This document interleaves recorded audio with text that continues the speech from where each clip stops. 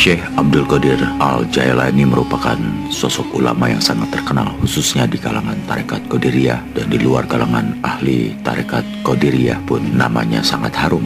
Banyak para ulama besar yang hidup semasa dengannya yang tidak sungkan untuk menghadiri majelis pengajiannya. Hal ini cukup sebagai bukti keluasan dan kedalaman ilmu beliau, dan terkenal dengan akhlaknya yang sangat mulia, seorang yang zuhud dan ahli ibadah. Syekh Abdul Qadir Al-Jailani, beliau dilahirkan pada hari Rabu tanggal 1 Ramadan 470 Hijriah atau 18 Maret 1077 Masehi di selatan Laut Kaspia yang sekarang menjadi provinsi Mazandaran di Iran. Beliau adalah orang Kurdi atau orang Persia, ulama sufi yang sangat dihormati. Ia juga dikenal sebagai rajanya para wali atau Gaus Al-Azam. Keajaiban saat kelahiran Syekh Abdul Qadir Al-Jailani, pertama, pada malam kelahiran beliau, ayah beliau bertemu dengan Nabi Muhammad SAW dan berkata, "Wahai Abu Salih, Allah yang Maha Kuasa telah menganugerahimu seorang anak saleh. Dia adalah kekasihku dan juga kekasih Allah, dan dia adalah yang paling mulia di antara aulia dan aktaf." Kedua, saat lahir beliau memiliki tanda berupa tapak kaki Rasulullah SAW di atas tengkuk beliau. Ini adalah merupakan tanda wilayah. Ketiga, Allah memberi selamat kepada orang tua beliau di dalam mimpi mereka bahwa kelak putranya akan menjadi Sultanul Aulia dan orang-orang yang menentangnya akan menjadi gumrah atau sesat. Keempat, pada malam kelahiran beliau, sekitar 11.000 laki-laki lahir di Jilan dan setiap mereka adalah wali Allah. Kelima, beliau lahir pada 1 Ramadan. Ada pula riwayat yang menyebutkan 2 Ramadan, dan sepanjang Ramadan beliau tidak pernah menyusu setelah lewat sahur dan kembali menyusu setelah waktu berbuka. Dengan kata lain, beliau sudah mulai puasa sejak bayi. Adapun ciri dan perwatakan beliau, berbadan kurus, berperawakan sedang dan berdada bidang, jenggotnya tebal dan panjang, kulitnya hitam, alisnya bersambung, suaranya keras, pembawaannya menawan, wibawa tinggi dan ilmunya luas. Beliau menimba ilmu dari banyak guru, di antaranya adalah Abu Hatab bin Ahmad Al-Badadi, Abu Said Al-Mubarak bin Ali Al-Makhzumi, Abu Wafa Ali bin Akil Al-Baghdadi, Hamad bin Muslim Ad-Dabas, Abu Muhammad Ja'far bin Ahmad Al-Badadi, Abu Qasim Ali bin Ahmad Al-Badadi, Abu Abdillah Yahya bin Iman Al-Badadi, dan guru-guru beliau lainnya. Sedangkan murid-muridnya yang terkenal adalah Al-Qadi Abu Hamasin Umar bin Ali Al-Qurasi, ulama ahli fikih dan hadis, Taqiyuddin Abu Muhammad Abdul Ghani bin Abdul Ahmad Al-Maghnisi, penulis kitab fikih yang terkenal dengan nama Al-Mughni, dan murid-murid beliau lainnya. Syekh Abdul Qadir Al-Jailani adalah cucu Abdullah Asy-Syaumai Al-Jailani, salah satu orang yang zuhud dari Jilan yang terkenal dengan berbagai karomah dan keistimewaan batinnya. Syekh Abdul Qadir Al-Jailani terlahir dari keluarga dan lingkungan yang sangat akrab dengan ilmu dan karomah. Ayahnya adalah salah seorang ulama besar dari Jilan. Ibunya terkenal memiliki karomah yang juga adalah putri Abu Abdullah Asy-Syaumi Al-Jailani. Dengan demikian beliau tumbuh dalam lingkungan yang bergelimang dengan ilmu fikih, ilmu hakikat, dan ilmu ma'rifat.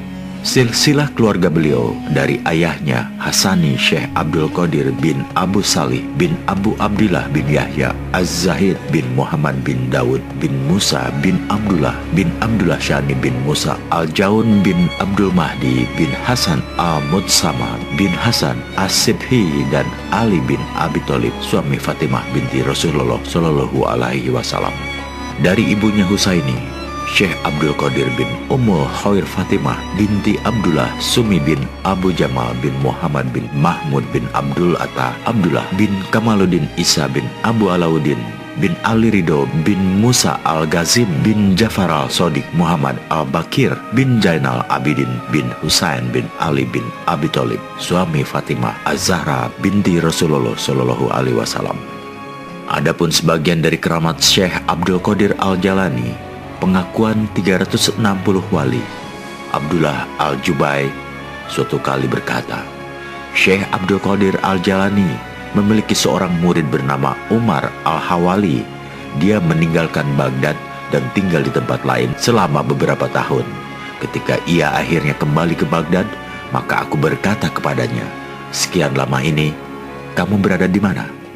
Dia menjawab, "Aku mengembara, menyinggahi kota-kota di Suriah, Mesir, Persia, dan aku bertemu dengan 360 syekh, yang kesemuanya adalah para wali Allah. Tidak ada seorang pun dari mereka yang tidak berkata, Syekh Abdul Qadir Al-Jailani adalah syekh kami dan merupakan pembimbing teladan kami menuju Allah Subhanahu wa Ta'ala."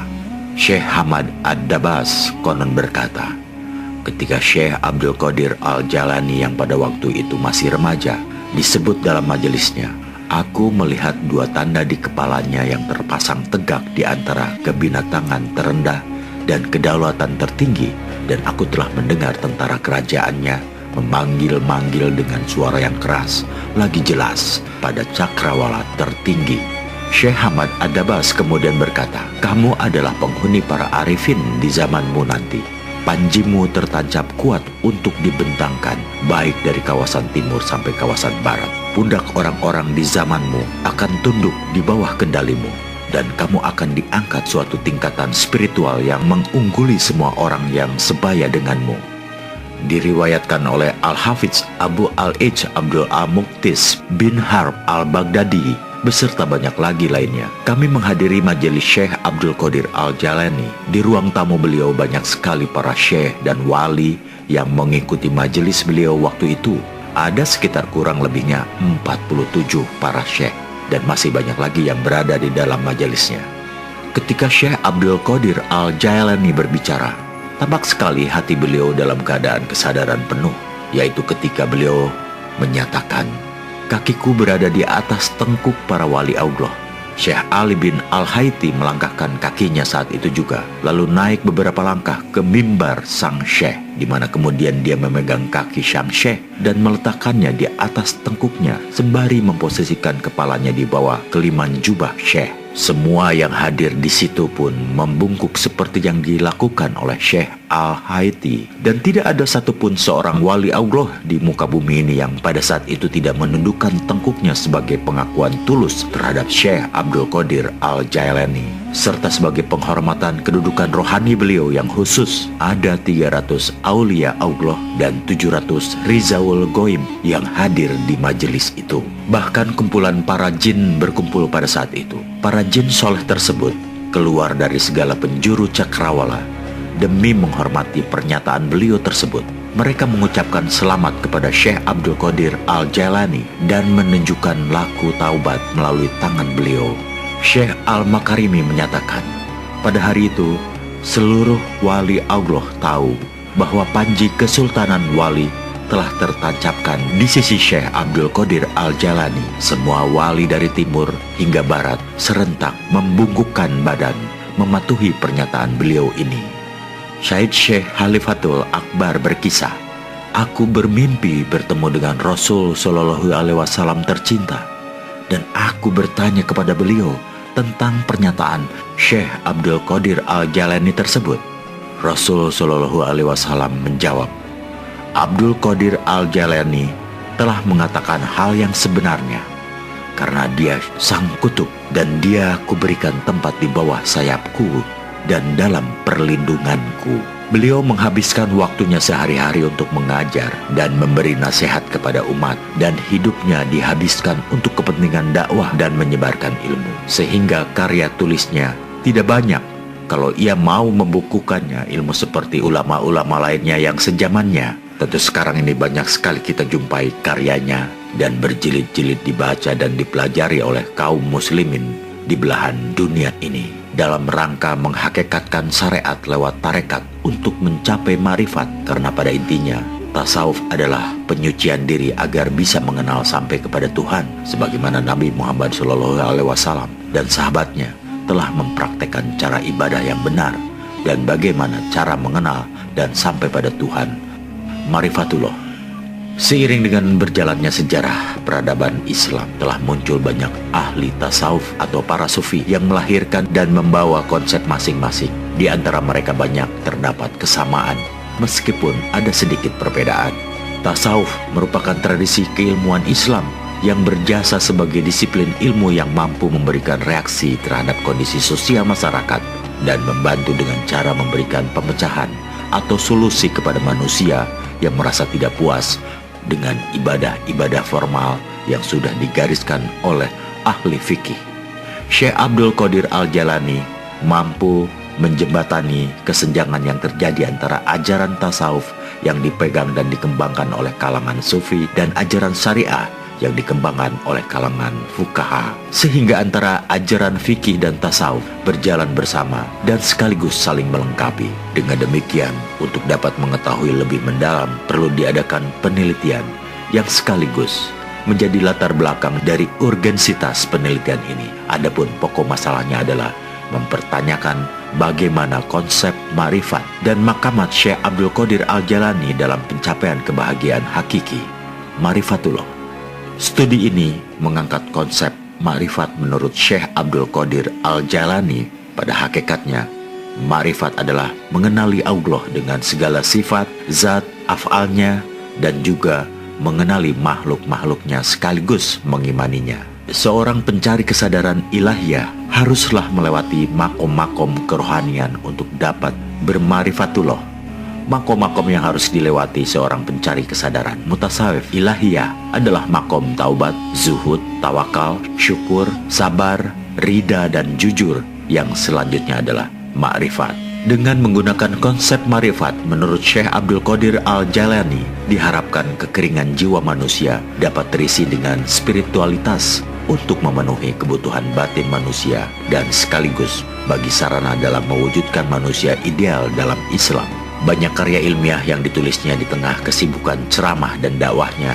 Di antaranya adalah Kitab Futulah Ghaib dan Kitab Al-Fatur Rabbani wa Al-Faidir Rahmani dan kitab karya lainnya.